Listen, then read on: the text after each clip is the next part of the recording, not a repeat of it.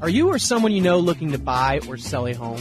When you use a HomeGain Realtor to buy or sell a home, you can get $150. Visit HomeGain.com and click on the Promo 150 banner at the top of the page to get started. Compare HomeGain Realtors and choose your favorite. Complete your home purchase or sale transaction with a HomeGain Realtor, and HomeGain will pay you $150. Get started today by going to HomeGain.com. Welcome back, everyone, to Real Estate 360 Live. I'm your host, Ryan Sloper, joined today by my guest, Louis Cammarosano, the general manager of HomeGain. Quick reminder, Real Estate 360 is designed to build the Washington, D.C. Metro's housing and credit markets one house at a time. If you ever have any questions, concerns, or real estate needs, the best number to reach out to us is 877-245-2030. That's 877-245-2030. So, interesting topic. Louis, you actually sent me this article, and I saw it on another site as well, that Citi Mortgage is set to launch a home rental program as a foreclosure alternative. Basically, they have announced that they're going to set up this pilot program, which is intended to provide an alternative to foreclosure and allow eligible borrowers to stay in their homes. Now, eligible borrowers are basically the people that haven't been making their payments for, they've determined 120 days. They're delinquent now 120 plus days. This rental program, according to this article in dsnews.com, will be managed by Carrington Capital Management and Carrington Mortgage Services. They're the ones that developed with Citi this pilot program, and they're going to be testing this in 6 different markets, which are basically the hardest hit markets. They've determined Arizona, California, Texas, Florida, Nevada, Georgia. The Carrington Servicing Company will contact homeowners who meet the eligibility requirements. The eligibility requirements for this, as of right now, are that the property must be occupied. The borrowers must owe more on their house than the home is worth. They must be delinquent for 120 days. And be unable or ineligible to receive a loan modification. Now, Louis, my first thoughts after reading all those and the criteria for qualifying for this is I think this is a terrible idea. I think it's terrible because there's basically saying that they're going to lower their payments lower than what their current mortgage payments are. So the whole premise of a loan modification is to be able to give somebody a lower payment than they're currently paying for their mortgage, correct?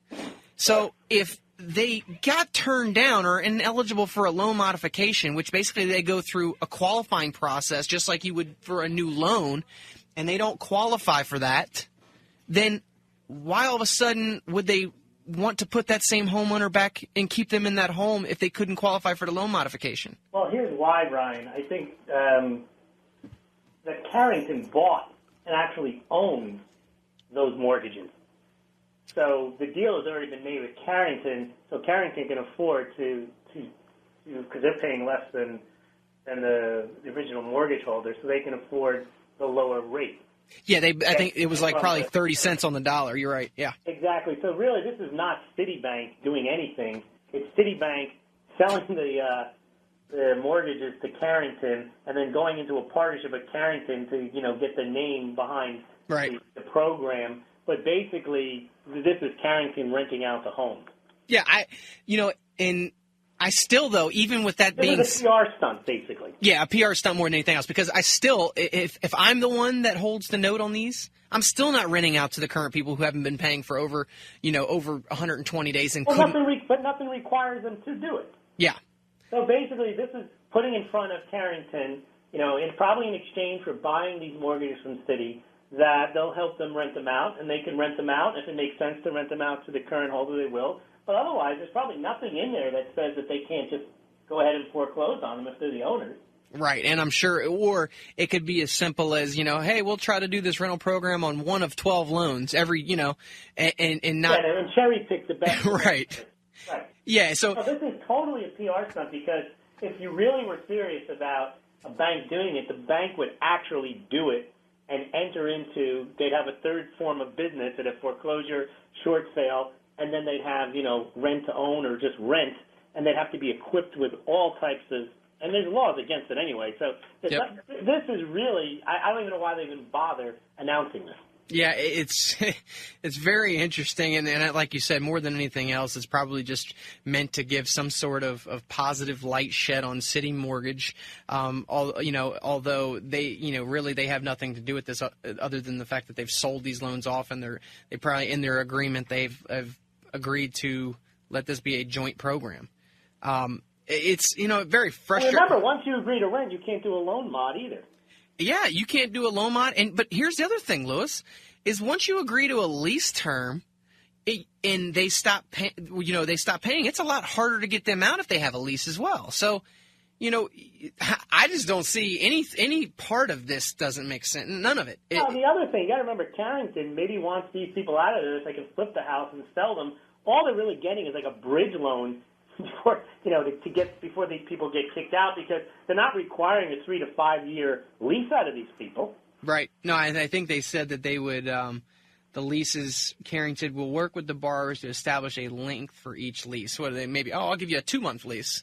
Then we'll get you out, and I'll flip the house and sell it. Right. You can't blame Carrington, but what I blame is Citibank or Citicorp, whatever they're called, for trying to make it sound like they're doing something positive, when really all they're doing is facilitating the sale of the mortgages, the non-performing mortgages to Carrington, so Carrington can do something with them. Yeah, and it's much of the same, though, just like every other government program or anything else, where it's like, HARP 1.0, 2.0, 2.5, 3.0, QE 1, 2, 3.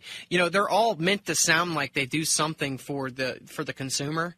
You're right. And if Carrington had just done this on their own, they'd probably be better off, because that is really what's going to help us get out of the housing crisis is that investors go in and they purchase these homes in short sales or foreclosures. They fix them up. They sell them at lower than market cost. They still make their money. And you start to wear off some of that inventory. Yeah, what's interesting, I saw in another article, speaking kind of in the same terms that you are, along the same lines, is that a millionaire, what was his Bill? Yeah, I saw that guy. He bought like a whole county's worth. Bought a whole county worth for $4.8 million, basically tax sales, and. Now, people are like complaining, why should he be allowed to do this? This is actually a good thing, guys. It's good. He actually seems like a good guy, because some of the homes he's going to donate to charity. He's going to fix some of them up and sell them. And he's going to flip the other ones, which basically means for the most part he's probably going to go in, do some renovations, and bring them up, and then resell them on the other side. He's going to do that. Otherwise, they're going to sit there vacant. Yeah, he's going to make $2 million. Well, that's his risk that he's taking. There's a chance no one buys them. He's added $5 million that he spent. Sure.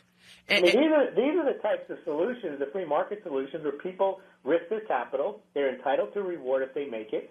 And the entire neighborhood benefits, because you now don't have vacant houses. They've been fixed up, and people are moved into them at probably prices that they can afford to pay, whereas otherwise they wouldn't be able to buy a house.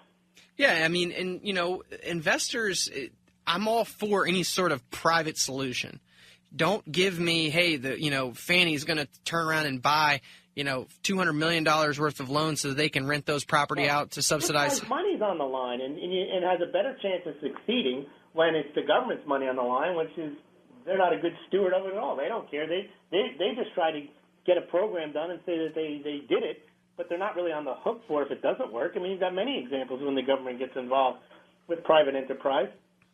They have other goals other than just making money. They've got political goals, keeping people employed, the success of the program, how it looks, whereas this guy probably is mostly interested in whether he's going to get a return on his $5 million. This is the first time he's ever done this.